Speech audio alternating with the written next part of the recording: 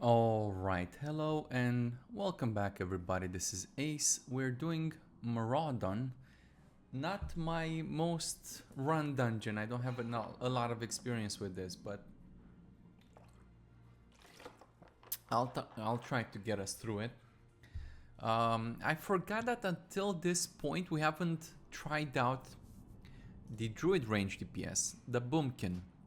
Somehow he fell through the cracks and I forgot about him until now, but we're gonna take a look. So far he's got points into balance, he got his Moonkin, so maybe it's a good thing that we didn't try him until now, because yeah, at least now he got his toys and we can do something with this. He does provide us with 5% critical chance.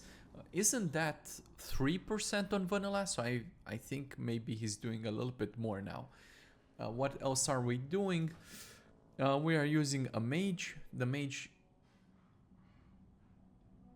Alright. The mage does provide everyone but the warrior with intellect. Though I can clearly use some. And he's also doing amplify magic, which is good.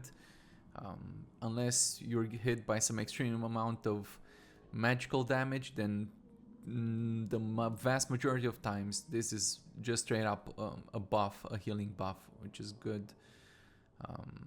And we have the paladin tank. I went with the paladin tank because I like the synergy here where he gains thorns. So either you bring a druid for the thorns or a warlock for the fire shield, and we've seen that they don't stack. Either way it's good. So the paladin, he's got sanctuary for reflect, retribution for reflect, thorns for reflect, lots of reflects. And we went with lots of reflex because it's very difficult to hold aggro when you have a caster party, but I'm hoping that the salvation will help there as well. We're also going to use the shaman.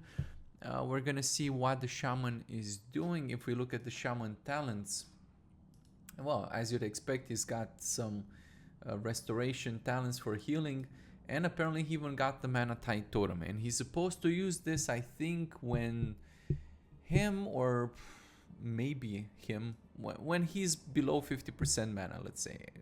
I don't have the code in front of me, but we'll see if that's what happens. It probably does. I could check, but it's not a big deal. So more or less what you'd expect, nothing too crazy. I tally up the gold from Zul'Farrak and we made 21 gold, which is the most we've made so far. I wonder how Maraudon will go. I'm not very experienced with this dungeon. It's not something that I've run more than a few times, but yeah, we'll see how it goes. It's not really my favorite dungeon for no particular reason. It's just not something that I did a lot. I mean, I did it with the companions on the vanilla server.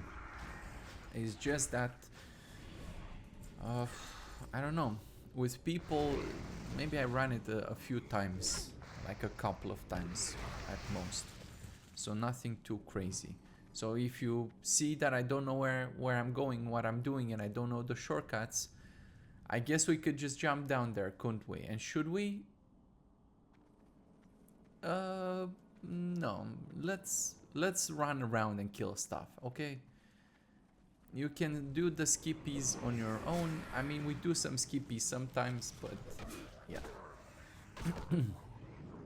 If it towards the end, if it takes too long for things to for the dungeon, then maybe we'll do more skippies. But this is a pretty big dungeon. I tend not to like big dungeons, even though... What the heck?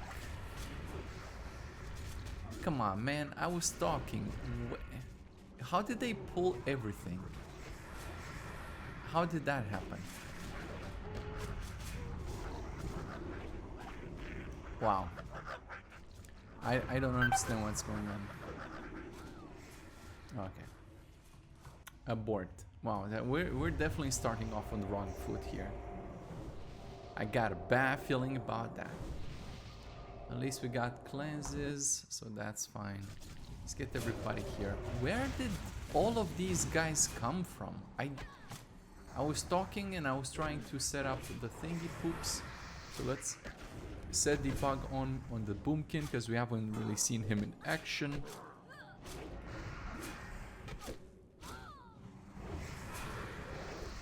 I'm surprised that he's doing Insect Swarm.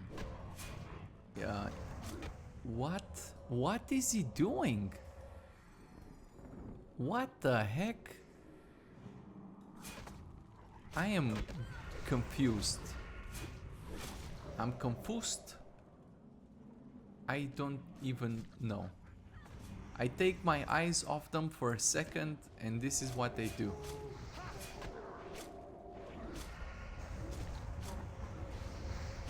What is the paladin doing? Why is the paladin bubbled? I'm having some kind of shock here. I don't understand what's going on. Everybody's behaving strangely. Can we please just do normal stuff? I haven't even done the skippy. We're just trying to be normal, please. Come on. Huh.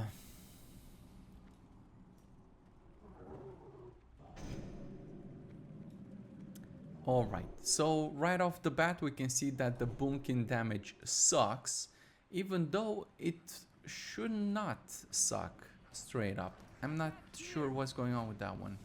I think I made them calculate, well, I can pull out the code and check so I don't talk out of my ass. But yeah, they calculate the damage between Wrath and Starfire. Hold on, there's a issue here. They calculate the DPS between the two and they'll use whichever one deals more DPS, but there's an exception for when he has Nature's Grace, which reduces the cast time by 0.5 seconds, and during that I think it's not a good idea to use Wrath because it would reduce it to 1 second and you still need to wait for the global cooldown of 1.5 seconds, so you're not really gaining anything with Nature's Grace by using Wrath. Well, I suppose you are, technically you are, because you're casting it half a second faster, but overall in the DPS sense maybe that's a good thing for PvP, but we're not PvPing here, so in a PvE purpose it doesn't really matter. So when they have Nature's Grace I expect them to use Starfire, and in any other situations I want them to figure it out, calculate the damage and figure it out, and you can see that he's using Wrath. And one advantage, especially with the companions, in using shorter duration casts or spells with shorter cast times, let's say, not shorter duration, is that I went the wrong way, didn't I? I told you I'm not good at this dungeon. Okay, abort everybody, that's fine. The advantage of casting things quickly is that they don't adapt to the situations, and something that all the companions kind of swarm on one enemy in a sense, because they coordinate, they attack the same thing, whatever. And what tends to do, and you'll see that happen quite frequently, and I think I've pointed it out in the previous videos with the other casters, especially the Warlock. So the Warlock could be casting some 3 seconds Shadow Bolt, and by the time he's finished casting, the target might be dead. So, which makes it a waste of time. And if he had, which is why on vanilla, for example, I prefer to build the Warlocks for fire, on the fire build, because they're using Incinerate, or what's it called, the fire thingy-majingly, which has like a 1.5 second cast time, which is the same with the Wrath here. And so they're able to get through more spell casts than otherwise, and that's actually what happens in practice. So yeah, I tried multiple different things with the casters, like for example I said to the hold on.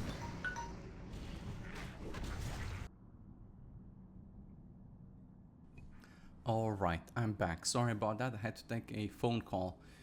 Where were we?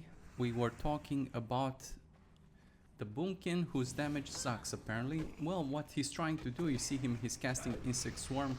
That is because he's spreading that thing around. He's calculating the time to kill of the creature, and he's only applying it if the time to kill is more than 12 seconds, if I'm not mistaken. Let me look into that. Insect Swarm, yes, 12 seconds. Of course, the time to kill is only an approximation, because if there are a lot of people attacking, especially towards the execution phase, the damage ramps up and the numbers are not always precisely exactly what they're supposed to be, or what he thinks they are when he's initially casting that. So, but either way, he is spreading around Insect Swarm in the same way maybe like a warlock or a priest would spread Shadow Word Pain. The problem is, well, he's also spreading Moonfire around, and it's the same idea with the Moonfire. Also checking for 12 seconds. On the priority list, he's spreading Insect Swarm first and then Moonfire. I think that, well, maybe if you do the math on it, Moonfire actually deals more damage than Insect Swarm, but what I appreciate about the Insect Swarm is the 2% reduced chance to hit. And if you've watched any of my previous videos, I talk very frequently about the fact that I prioritize providing utility and you know, trying to increase the group's chance to win as much as possible. So even though Insect Swarm may in fact deal just slightly less damage than Moonfire, I think he should cast it first, because 2% here and 2% there, it may just add up enough that it keeps the tank alive.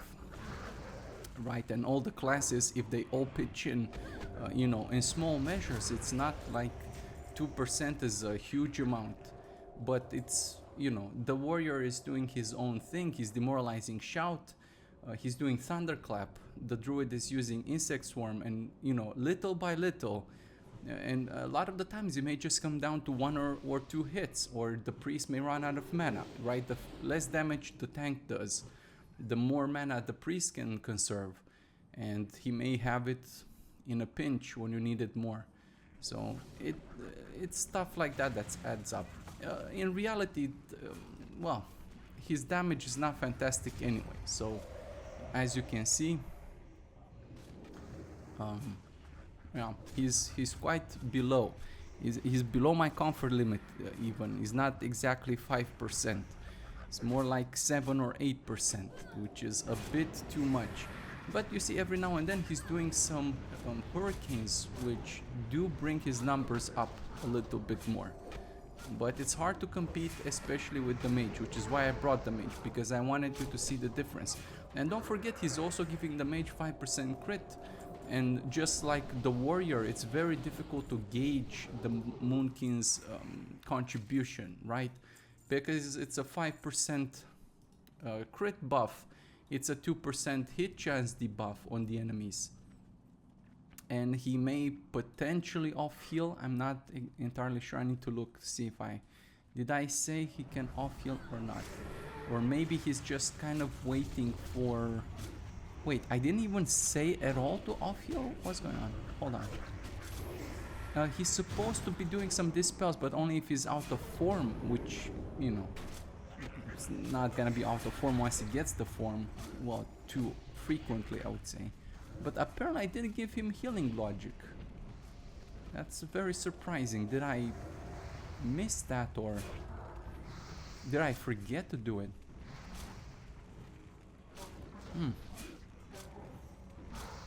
I don't know. Also, our mage is dead again. Yeah, maybe we should do some more pulls. I wasn't paying attention to the screen. I was looking at the code. But I see he's dead again. So maybe he's pulling a lot of aggro. Let's do some pulls. Some pullbacks.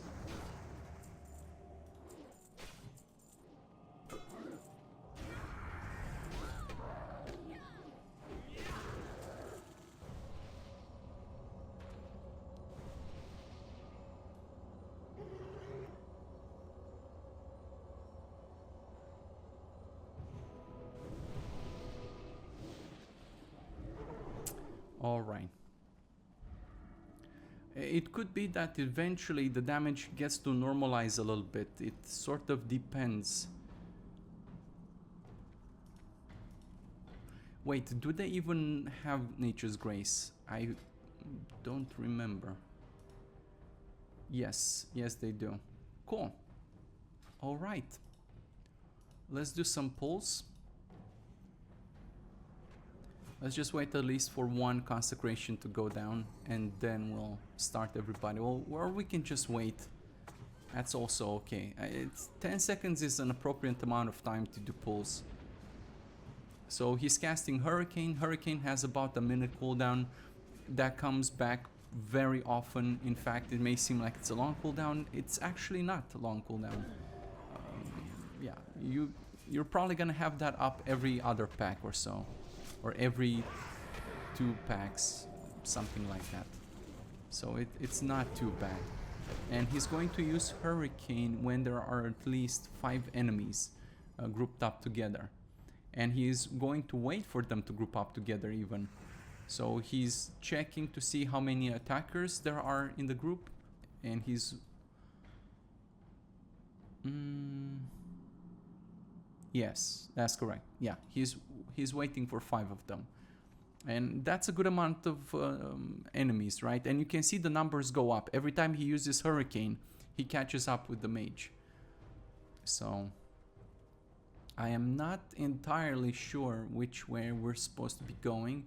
Let's try this way just for funsies. Again, I'm not very familiar with this dungeon, which is why we keep going the wrong way, but eventually we'll figure it out.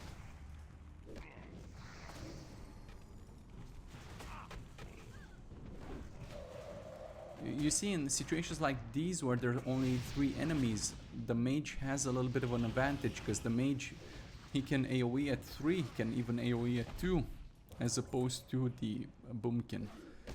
But the boomkin, he is spreading around insect swarm. He's doing some moonfire. I don't see that much moonfiring though.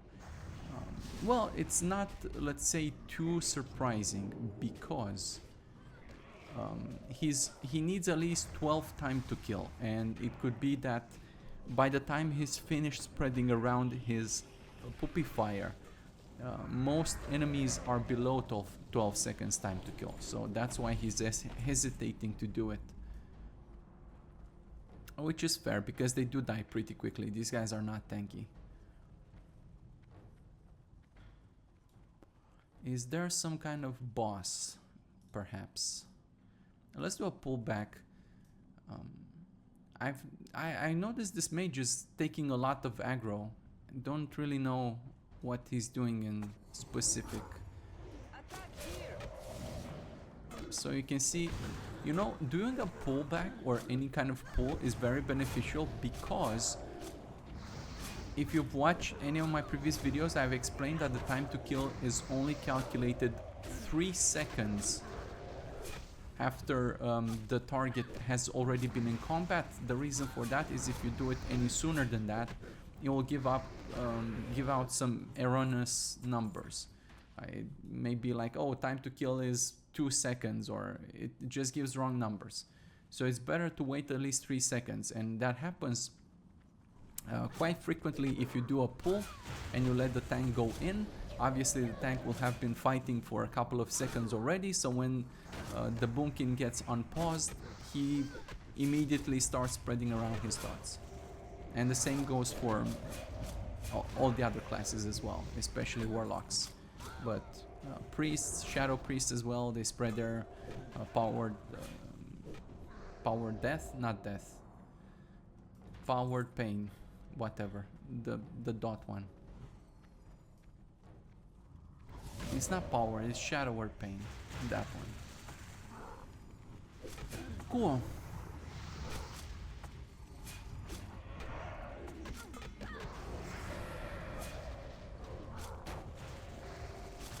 Maybe we should have played with the boomkin a little bit sooner before he got his form, just to see how is he going to... Because he has a couple of things that he's only going to do out of form. For example... remove curse. No, he's doing this in form, so he's going to break form just to curse that. I'm still not sure about that. I kind of went back and forth about it. I think maybe for curses it's good. You have some curses like in SFK where those shadow poops keep spawning if you don't decurse yourself. So it's sometimes maybe good. Like curses can be more dangerous than other things. They're usually more detrimental. So maybe it's worth breaking form just because of that, but it needs to be tested to see how it actually works in practice. It may be the case that he'll break form to to remove the curse, and then he might enter form again and then leave form again to decurse. So it could be a bad situation. I haven't played too much with him. I'm sure we'll get some dungeon. If we get some dungeon that has curses, we'll yeah, look more into it.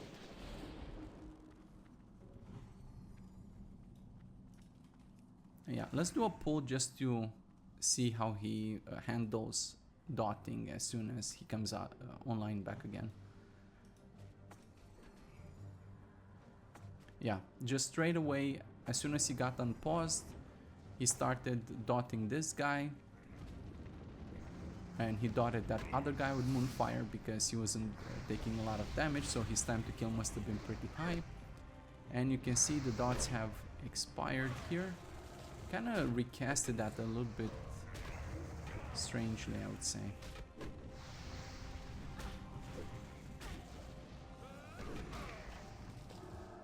You see that he proc Nature's Grace, so he first cast the Wrath, and then he proc the Nature's Grace, and then he cast a Starfire, which is what I would expect him to do.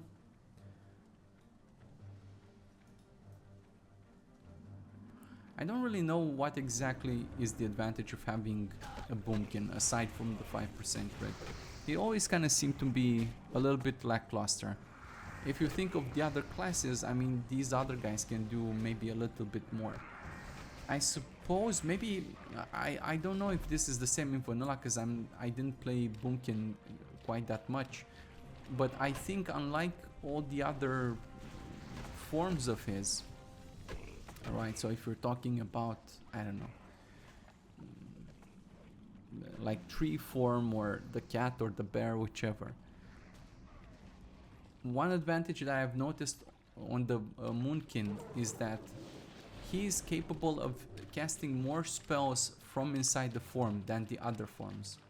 So he could be doing, I don't know, Fairy Fire or, I don't know, something different. Maybe Dispelling, maybe he can do Dispelling in form as well. I don't know exactly. But I've noticed that some of these do allow him to be casted within the Moonkin form, or more than the other forms. So maybe that's one advantage. So the fact that he could potentially hibernate someone, or he can cast, I don't know, Hurricane, but you can't expect a Hurricane. I don't know. I mean, Insect Swarm, for example, that's a good example. Because if you try to cast Insect Swarm in the tree form, it will, you'll have to leave, you will not be able to. But you can do it in the Moonkin form, so that's pretty handy. I guess that's his advantage. And while he's standing in the Moonkin form, well, he gains some armor, kind of. And most melee attacks have a chance to, on hit, to regenerate mana based on attack power. That's a new thing in TPC, I think. That was definitely not a thing in vanilla. So, but I didn't give him any melee attacking logic, did I? I did not. I thought about doing it, but I thought I should first check to see how he's behaving. Is he running out of mana? Is he sustaining mana a little bit better? Because he did gain a couple of talents that should help him in that regard. If we look at even one of these higher rank ones, like Dream State, regenerate mana equal to some percentage, I guess 10% at max rank, of intellect every 5 seconds, even while casting. That's a huge deal.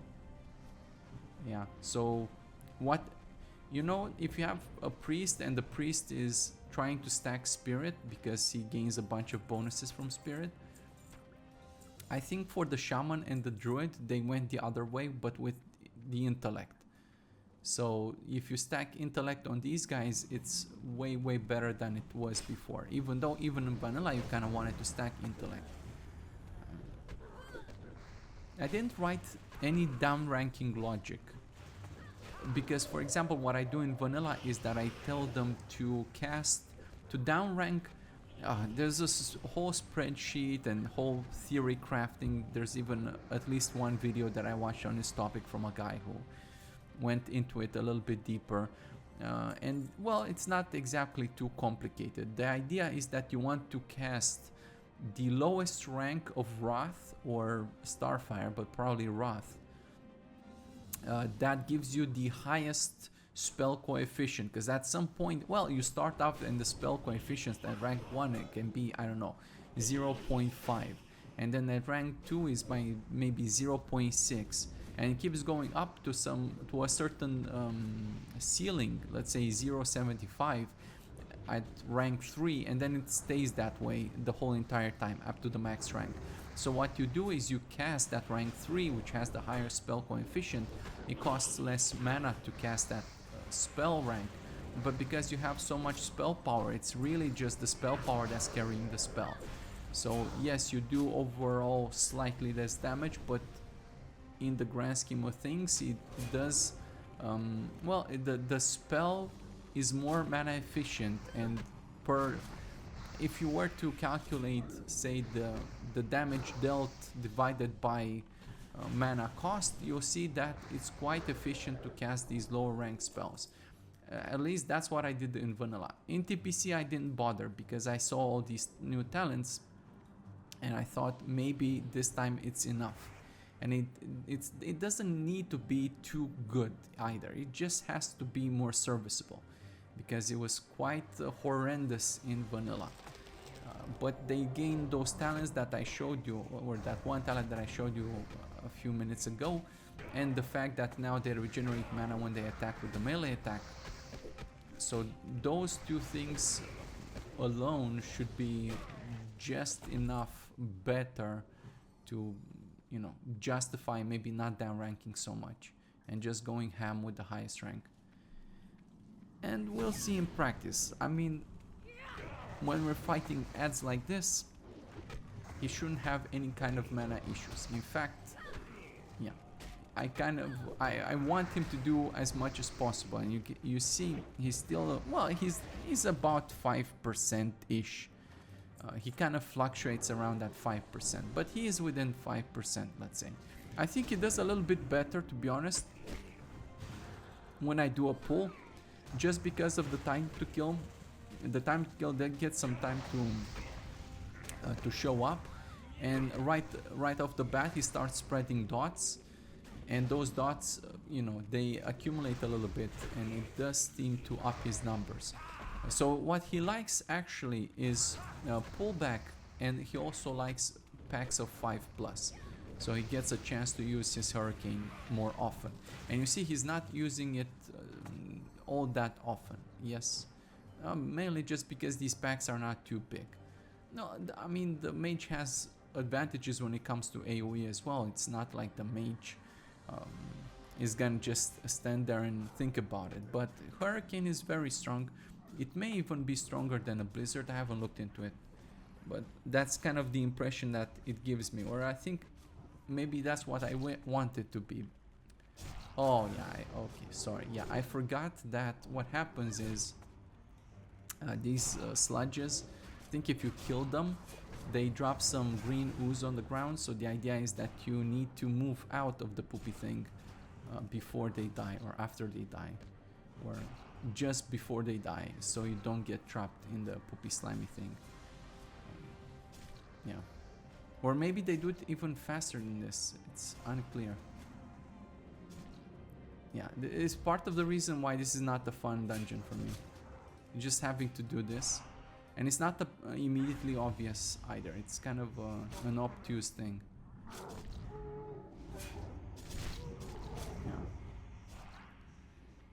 Yeah, okay, I guess they are spreading the poopy sand.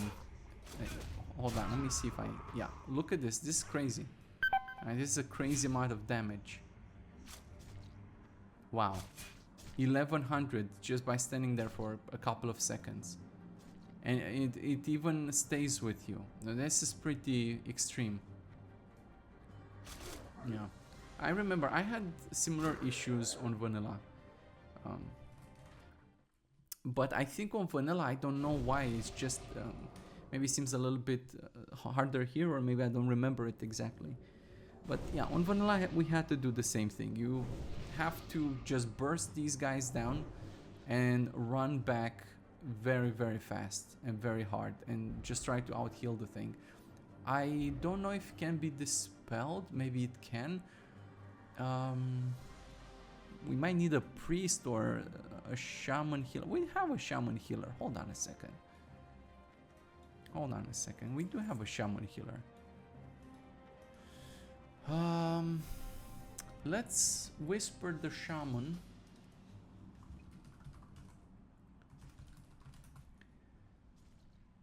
Disease, poison, cleansing, totem. So what I do is I whisper him set totem and I shift left click the poison cleansing totem link, and he's going to understand that he wants to assign that, and he will drop that totem down. If this guy is doing any kind of dispellable pupisen, then it's going to work out that way. And I think these slimes overall are pretty slow. So what you can do is you can try to kite them around. So what you do is you just run a little bit further away, and then you hope that your range DPS is going to just hit them very hard. They don't react too quickly, but yeah, still serviceable enough, I suppose.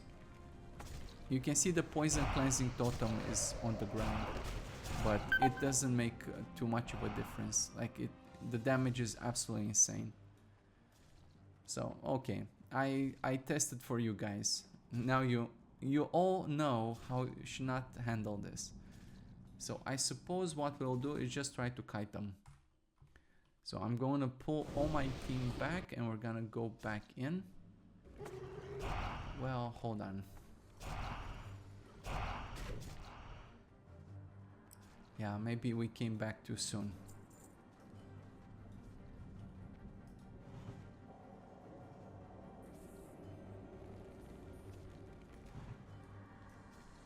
Yeah, what we're trying to do is just hit these guys, but I may have to give them just some commands, because they seem to be moving or reacting rather slowly to this, and yeah, it's going to take too long in that case.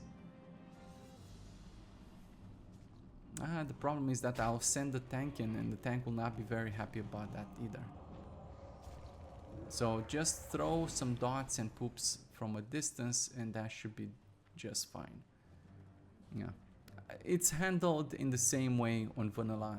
It's just that on vanilla, I think maybe the bots react a little bit faster. At least that's what my impression is.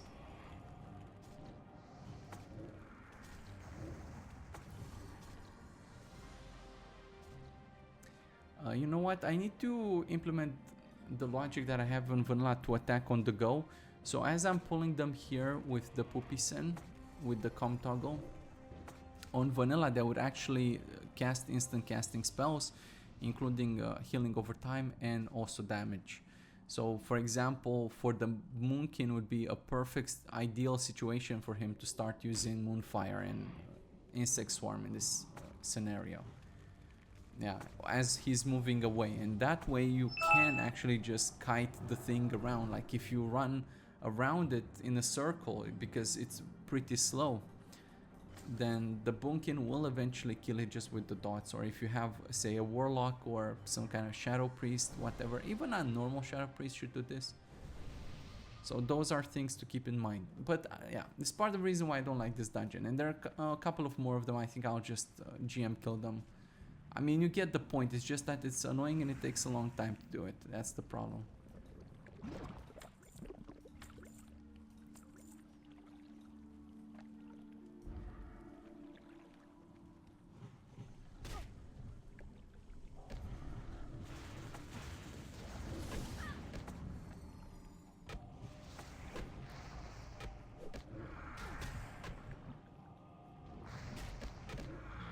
it's also pretty nice and handy if you yourself play some kind of range DPS. Or just bring a hunter. You saw how great the hunters are. Though I'm afraid that, yeah, they might send their pet in and their pet may die, but that's neither here nor there. There are some pets who can do sort of a range attack, maybe. Maybe there's like a lightning bolt pet, not sure. It's been a while since I looked at the talents. But I did give all the hunter pets the talents, and I picked, generally speaking, the idea was for me to pick, you know, Growl because it was free. Then their main attack ability, so if they had Bite and Claw, then I'll pick both of them.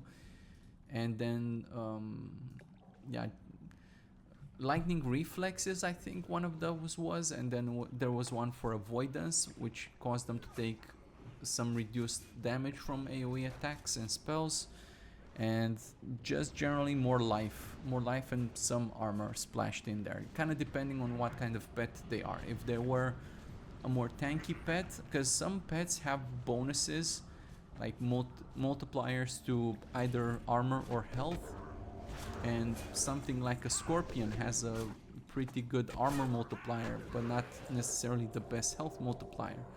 So you would, or why I would, or I did, give them more armor. So I prioritize giving them armor first and then giving them as much health as possible. And yeah, the thing is, you can buff the pets with more stamina. So you buff them with the priest, you buff them with the warlock, buff them with a scroll. You have some options, but you don't really have an option for armor to give them. Well, you give them a scroll of armor, but that's not a lot. So for those pets in particular, well, I suppose normally we should go around, yes, but this is a pretty long way around, and I don't know if there's any boss in between. So normally you jump here, and I did say we're gonna jump towards the end, and I guess this is what I meant. You can make an argument for not skipping if for no other reason but because you make more money by killing these guys. Well, we're already making some good money, so I suppose you just kind of evaluate your situation and see if you need more money and you think it's worth the time to clear the whole entire thing. It depends on for what reason you are here. Maybe you want some piece of gear from a boss, maybe you want some money, and yeah, kind of figure it out. The point is that I'm here to test some of these bots, and we can see that every time he's doing some of these hurricanes, his damage does bridge the gap a little bit with the mage, and it's looking pretty good. Again, everything within 5%, I'm okay with that. And apparently these guys also drop the troops. Of course they do. Yeah, this is why it's not my favorite dungeon. I remember now. And it's probably not many people's favorite dungeon either.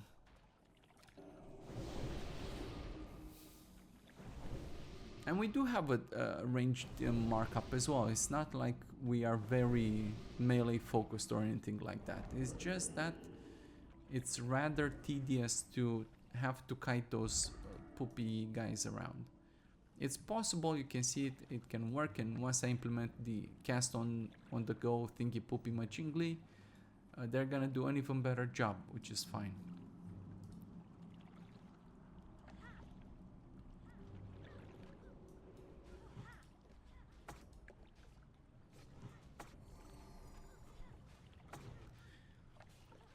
Okay, so I did the pull just for the time to kill to tick a little bit, and you can see he's spreading insect swarm, and he spread a little bit of moonfire.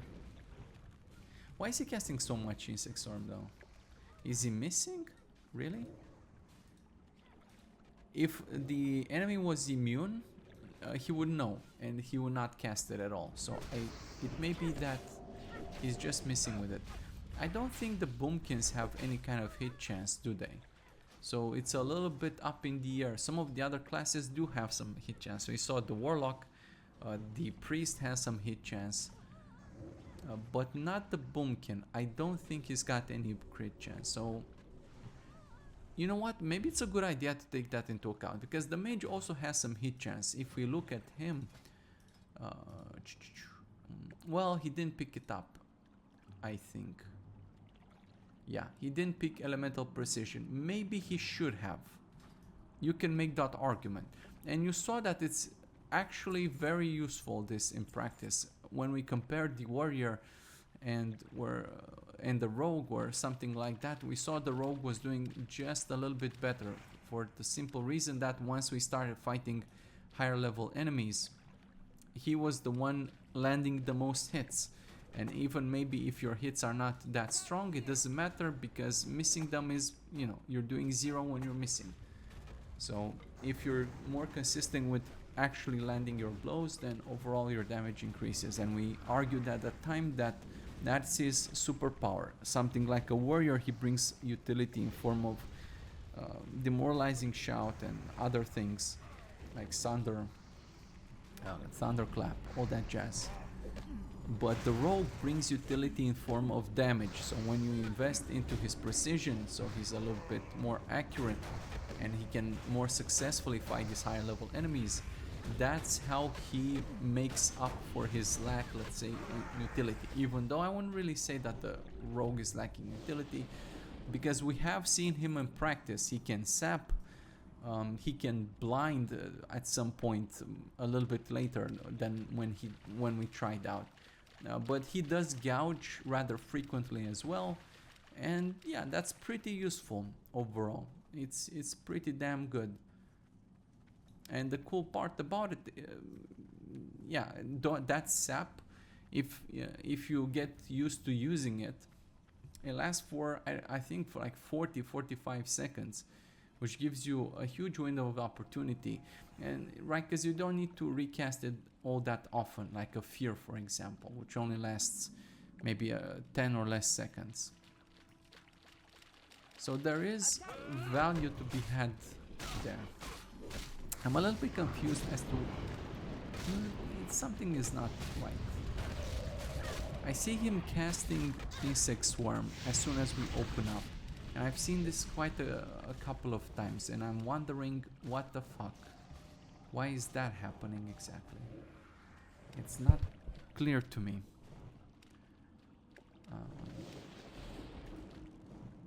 It is not clear at all.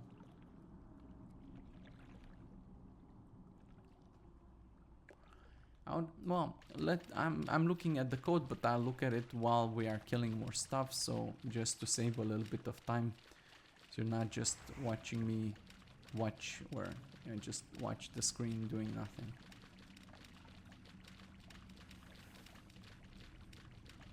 I'm surprised with the Paladin. Like, Paladin is consistently good in AoE situations. And he's always been kind of good even in vanilla, but I don't know what they did to him. Or maybe, I don't know, he's just better. Well, sure, I know they gave him that spiritual enlightenment, whatever thingy that gives him some mana regen. And maybe it could be that as well, just having some more mana, because in vanilla he does run out of mana quite easily and quite fast. So if he's able to drop maybe one more consecration because of that alone, that could be it. Like, he wouldn't need that much, right? Just a little bit to tide it over.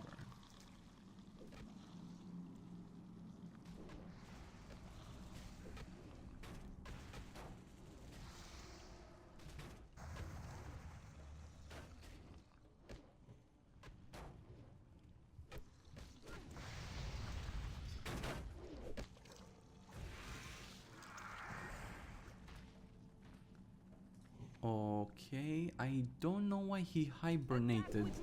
Normally you would hibernate if someone was below 50% HP, so I'm a bit surprised that he did this.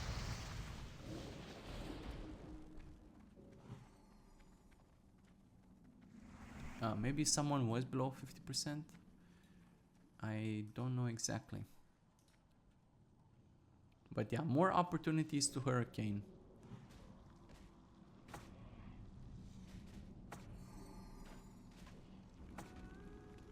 Yep, first thing he does. Yeah, Hurricane is pretty high up on his priority list.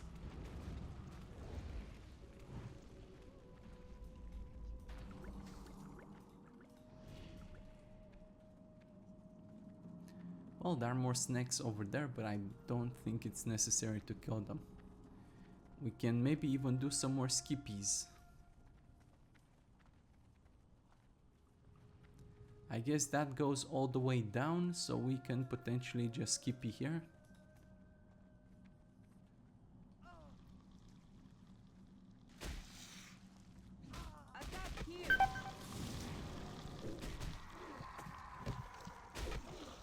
Uh-huh. Right, so now he hibernated and...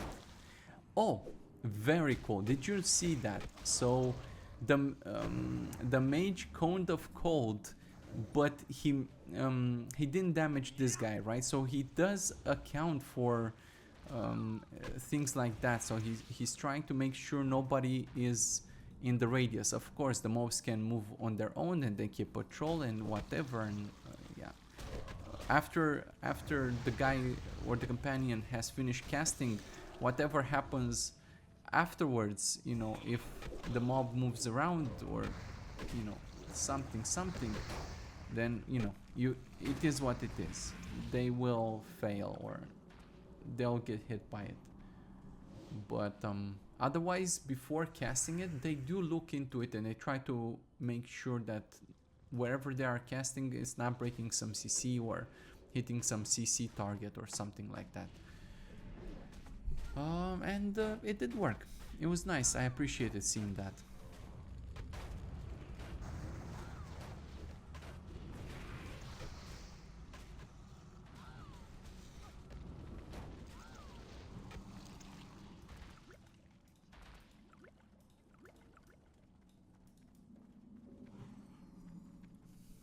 Honestly, I thought the Bumpkin will do worse, but yeah, he's at a respectable position relative to the mage.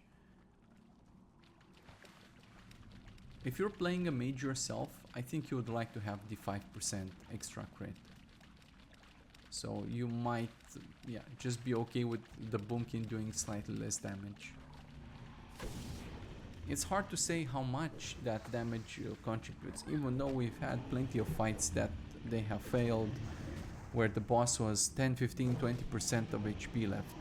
So extra DPS does help. But as long as they're doing the best and they're doing their, yeah, the best job that they can, then whatever. What can I say?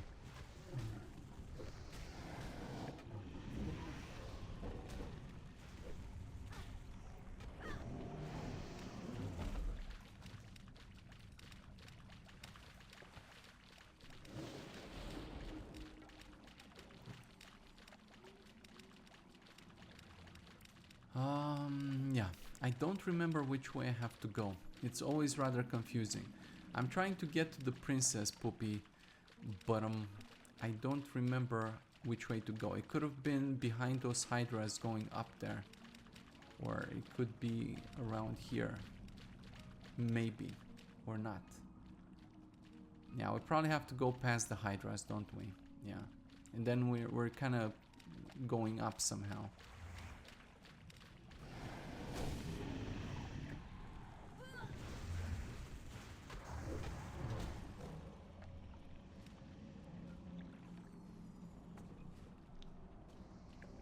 We were wondering when the shaman is going to get his chain heal, and we do see him using it. I think he's going to look for something like 2 targets. He doesn't even try to find 3 enemies because the final tick doesn't actually heal for that much. That's more like background noise. And what happens is that I look at how much healing does his lesser or flash heal, whatever his fast heal is. How much healing does it give? And let's say it gave like 100. And then I looked at the chain heal, and you know, just if you do some napkin math, you'll notice that if you hit at least 2 targets with the chain heal, it is something like I don't know, 150% that of the lesser heal, which makes the chain heal slightly better than a lesser heal. And well, slightly better in the sense that your overall output of heal has increased, even though it goes to a different target. So it's pretty useful. I I don't want them to spam it too often, but they do a pretty good job.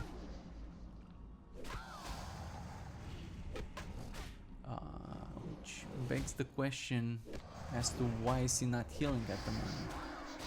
Is he upset about something? Is he silenced? Yes, yes, silenced indeed. Well, what we can do is maybe we can move the tank. But now, no, I mistakenly clicked on, yeah, yeah, and nobody can cast anything. Oh, I suppose one thing, wow, he saved it by a hair. One thing you can do is you can maybe set follow, have the priest set follow on the mage or something like that, or maybe the shaman, because the mage is kind of blinking around, he's annoying. But have the priest or the healer follow your range DPS, and who will naturally be at range, and especially more so if you're playing, say, a hunter. So if you have, well, you're playing a hunter or you have a hunter in your group, then the hunter just typically wants to be at least 5 yards away from the enemy. So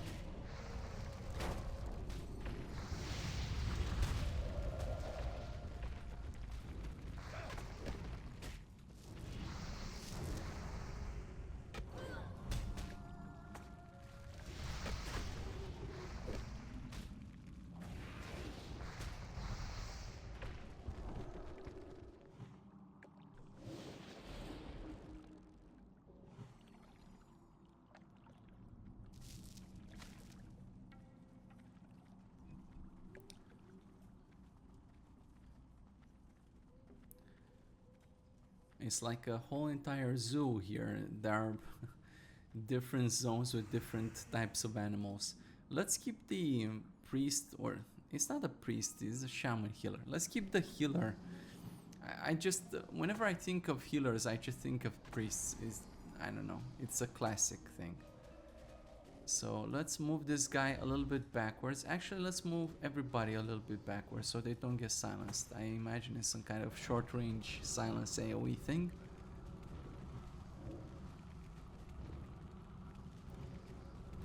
You can see the tank is being silenced quite a lot.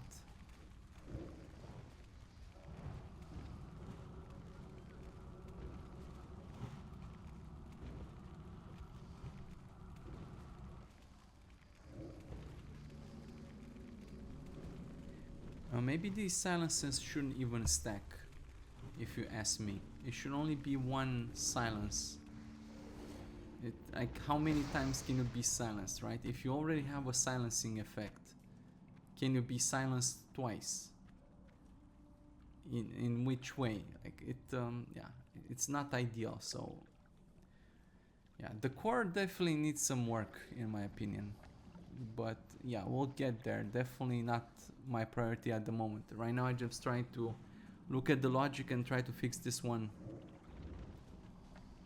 And afterwards, when all is said and done, I can look at some of these core issues. But yeah, the problem is they're rather, well, they are complicated because all my expertise is working with the companions. So it's hard to go into a separate new issue, and it's not something that's going to have a simple fix or an obvious issue.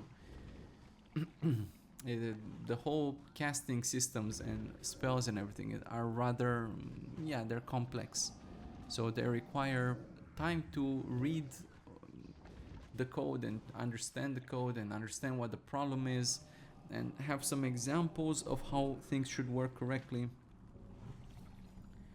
And yeah, we can take some light in that regard from the vMango server as well, and we will.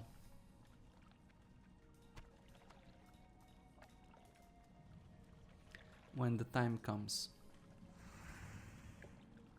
Even in the last video we saw in Zul'Farrak, the infamous broken stair fight that almost never seems to work on private servers. Yeah, I talked to Emil and he experienced the same problem when he did his own run, so clearly there's something nasty and not ideal in there. So at some point I'll have to look over the code and try to figure that out. See how it's scripted and all that jazz, and try to fix it or improve it. But that will take days of work and is going to be an entirely new part of the core that I'm not experienced with, or not that much at least.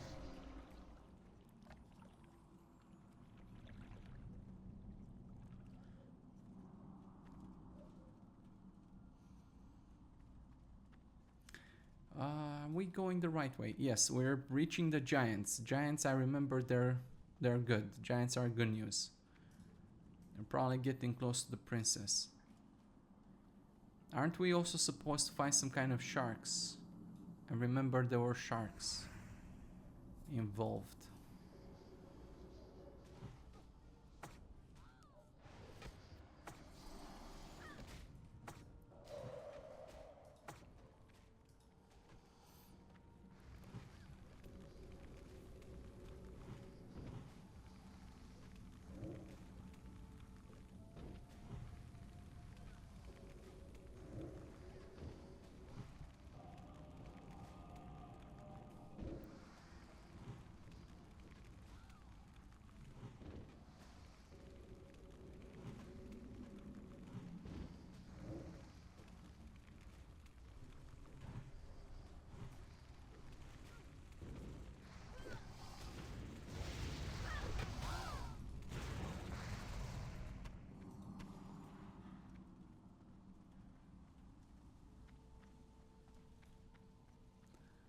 Aw.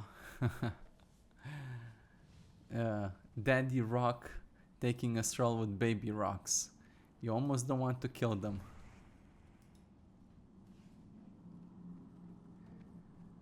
But they attack you, so ultimately it's their problem.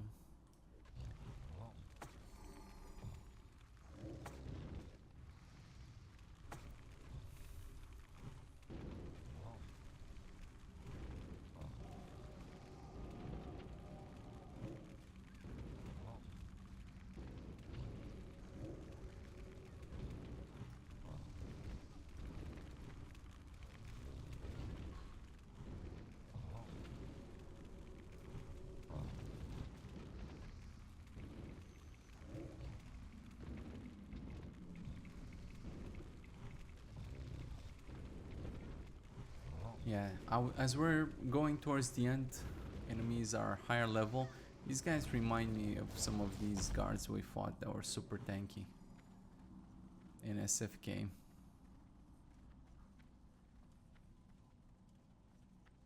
They probably have a ton of armor, don't they?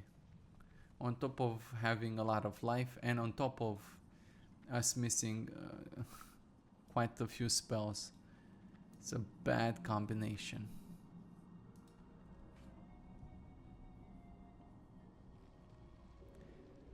I guess that is one way to scale difficulties, just go up against higher level enemies. Very hard to do. It's almost, I think I should probably just kill them because we're not gaining anything out of doing this. Yeah, I mean, it's, yeah. It's kind of, we're wasting time, to be honest, so let's just kill them. We've seen the rotation and everything is kind of stable, so just killing these guys just takes some time. And yeah, there's nothing, there's no new information that we extract from this. Well, maybe we can look a little bit at what the shaman is doing in the meantime. So let's take a look at that. But these giants are too tanky. Like, they will take too long to kill. I'm sorry, but no.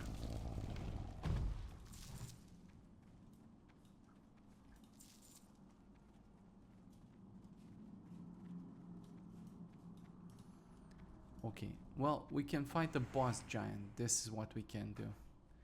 So I guess I am in the wrong place. We're supposed to jump in water at some point, and I don't remember exactly. Intricate dungeon, eh? Landslide does AoE stun. Go figure. Called landslide. It's just poetic, yes. It's funny how the mage blinked out of the stun right at the end. It's kind of a bit too late, don't you think?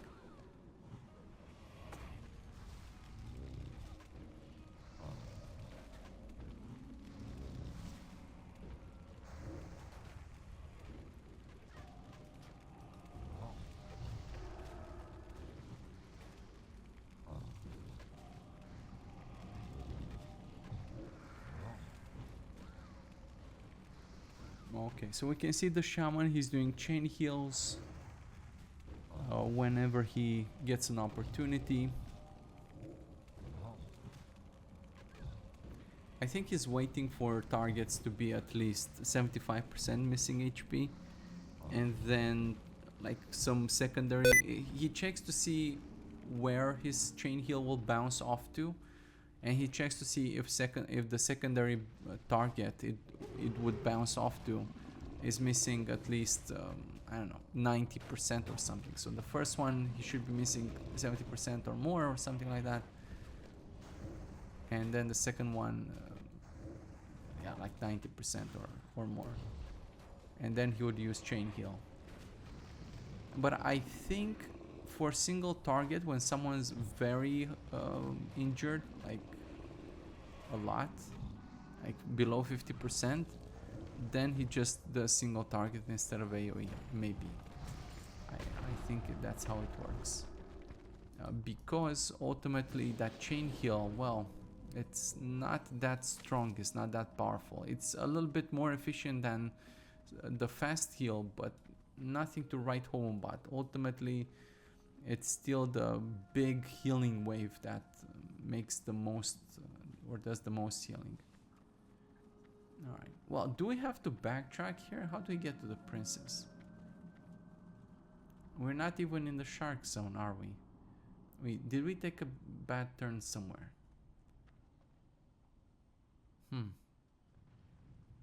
Let's try killing those whatever diametrons.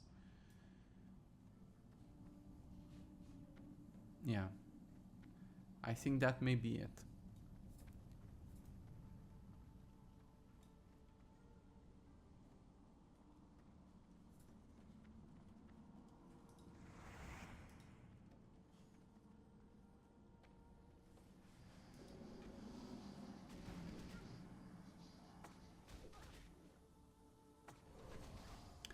Oh, he's still doing the poison cleansing totem. Oh, I forgot about that one. So we're gonna do set totem cancel.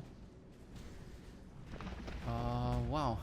Okay, while I was not paying attention, looks like the patrol ran into us. I think they should be able to handle that just fine. Oh no, I forgot the diametrons. No, big silence. Okay, let's click on this and click on that and come stay everybody out of the tank zone. I wish the tank would just do a better job at holding aggro. But what can he do, right? Because he's silenced, so he can only auto attack. He's doing the best he can with what he's got.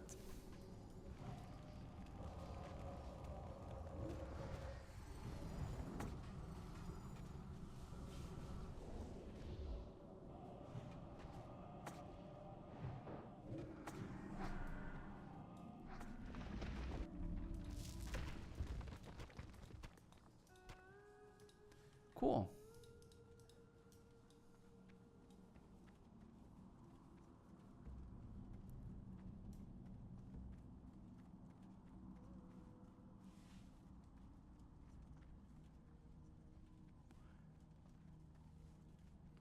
Yeah, I think this may be the right place, everybody. I think we found it. Do we need to go up? I think we need to go up. I don't remember which way though. Or we're not up, across. Okay, cool. Okay. Can we pull back this? Otherwise it could get very tedious. Okay, it's gonna be very tedious.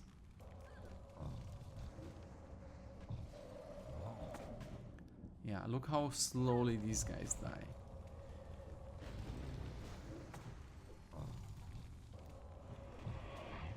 They may have AoE damage, so I'm just going to do the sensible thing and just move everybody but the tank out of it.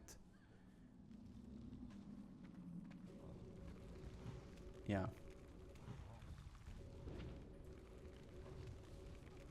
Yeah, I think that did it. We're gonna kill these two guys just to prove that we can do it. But yeah, the next pair, we're just gonna assassinate them because, yeah, like we know it's a foregone conclusion. It just takes time, and the point is, yeah, we've seen what's going on already. For the purpose of this test, it's not necessary to kill literally everything.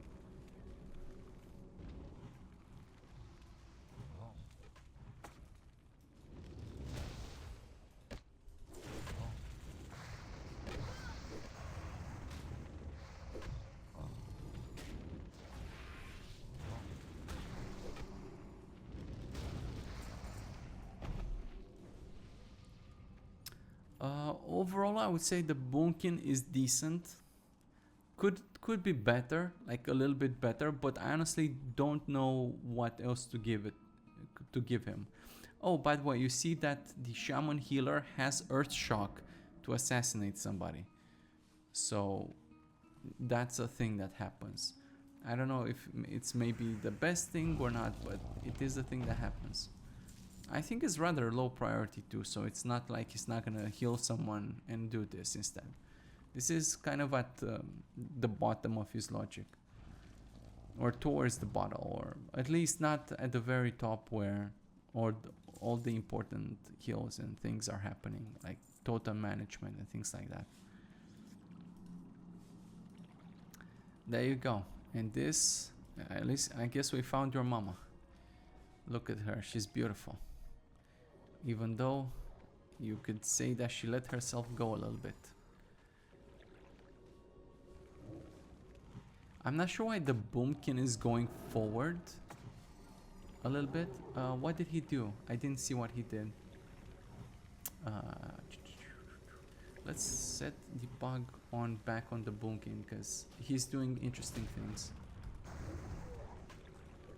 What is it that he casted? Did he decurse or something? I see that the paladin has bubbled himself or some. Oh, whoa. Not good. No good. Wow. Well, she completely destroyed us. I guess we know better than to mess with your mama.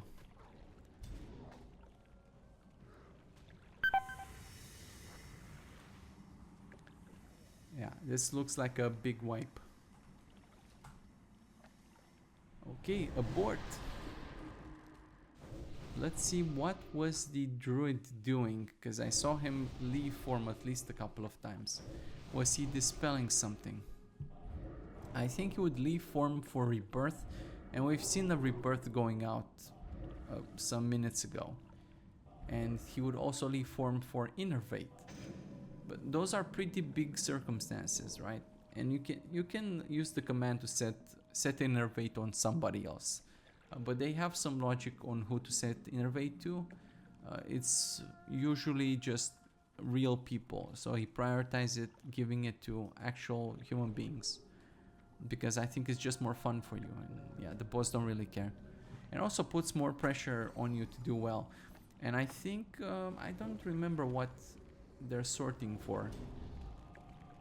Maybe they are looking. I guess I can look, but I also want to watch this fight. I'm not sure what's going on in this fight.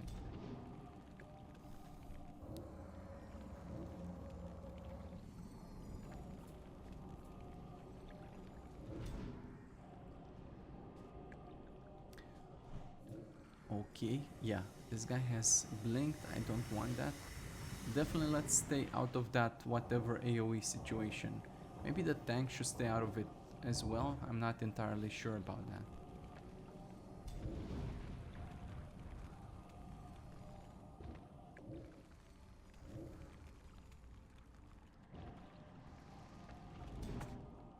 Okay, so he is well, the fucking mage. He gets stunned, and he tries to blink out of the stun. He blinks right into the boss, and I wasn't paying attention. I was looking at the chat.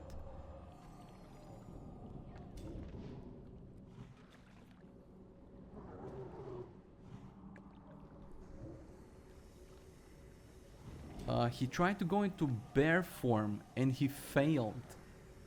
I don't understand. Whoa, no, that's not bueno. Let's come toggle these guys out of it, because she's gonna start doing the AoE again, and it's gonna be sad times for everybody. Why is the pumpkin going so close though? He's done this quite a few times already. It's not okay, bro. Yeah, we lost 1 DPS, and the tank is almost dead. And for some reason, my healer is not healing him. For some other reason, the Boomkin keeps trying to go into some other form and is not attacking. I don't get it.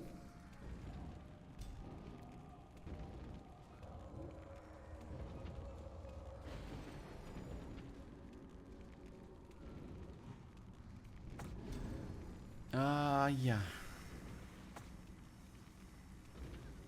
It's very sketch.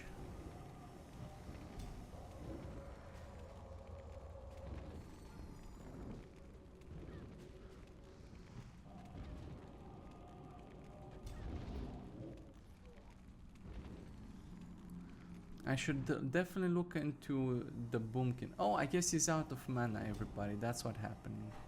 Yeah, look at the Boomkin mana. He's definitely out of it. Well, we killed her. All we had to do is just stay out of the AoE. Yeah. I'm not happy in particular about the mage, but it's very arguable. I suppose the idea is to blink out of stuns, because you prefer not to be stunned. But you see, it creates the situation where she blinks into a bad situation, into a bad position. She blinked at this boss, and this boss does very bad AoE. They're not gonna blink in raids, but I'm not in a raid now, and she's still kind of fucked up. It's kind of arguable about blink, but as it's just the same as with the hunter going back and taking range so he can shoot with the bow. Without situational awareness and understanding what can hurt you, or if it's correct or not, like have a deep understanding of where you are, what you're doing. Yeah, I guess the solution would be not to give them the blink, but you have the option to deny it, so maybe exercise that. But yeah, I suppose maybe it's not the best idea. Let's go back to town and see how much money we made. This was kind of sketchy dungeon. Weird stuff has happened at the start where we pulled a whole bunch of dudes together. Yeah, we pulled like 2-3 packs or something, and we YP.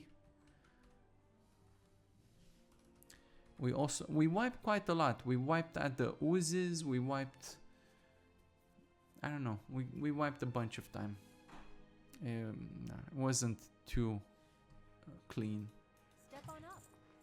But we did make a lot of money, so maybe that makes up for it. And we did skip quite a bit too. So if you wanted to make even a little bit more on the scratch, a little bit more scratch on the side, then you could have killed some of the packs that we skipped. Yeah, wow, this is the most we've ever made. 30 gold out of a dungeon. Nice. Very profitable, and I think some of the items that you gain are good for quite a long time. They're good at up until you get into raids. I think some rings and whatnot. The Boomkin overall, I suppose it's not perfect. I don't really understand what he was trying to bear shift here. This part is confusing. Oh, hold on, everybody. I think I understand. Maybe he got rooted and he tried to morph or polymorph or just change form, because changing form does break you out of roots or something like that. That may have been it. You saw that every now and then the boss was throwing some kind of rock at you and would knock you down. I don't know if that counts for a root, but maybe that's what happened. So it could have been this. I've never seen it until now, so this issue is new. If it's actually an issue, it could have just been crowd control. But I think one problem is that in him attempting to go into bear form, he was actually leaving the Moonkin form, so he had to waste mana and one global cooldown to re-enter it. So yeah, not the greatest thing. Otherwise, he's trying to spread his dots around. His dots. You see, he didn't actually use the Puppy Sen against this boss, Insect Swarm. It may be that the boss was immune to nature damage, in which case they are aware of immunities such as that and they will not use the spell. So it could be that reason. The damage was mostly within 5%. Sometimes I think it went as close as 4% or even less. So it was decent. It was a decent amount of damage. You do get the 5% crit. You do get the occasional rebirth, which we have seen in this very dungeon. I don't think I've seen the innervate, but I wasn't really paying too much attention. Does it show in mana gained? Maybe.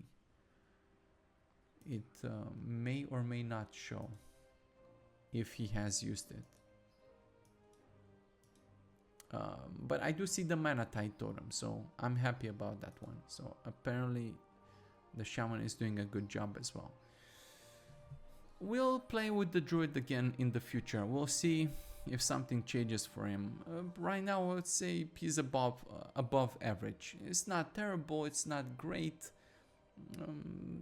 Yeah, if you want to juice yourself up as a caster, this is probably one of the few ways in which you can do it. Maybe you can get some arcane intellect, maybe you can get some mark of the wild, and one of the other things, you can get the Moonkin aura. So that's how you can increase your critical chance as a caster a little bit more and your damage.